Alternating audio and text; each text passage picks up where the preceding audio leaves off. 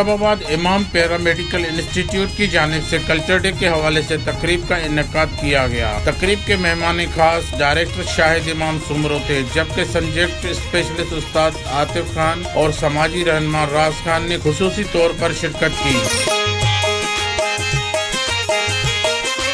मुनक्कद culture day की तकरीब में तालबात ने कसीर तादाद में शिरकत की, जबकि तालबात ने सिंधी लिबास ज़ेब तन करके रवायती अंदाज में लोक गीतों और ढोल की ताप पर रक्स भी किया।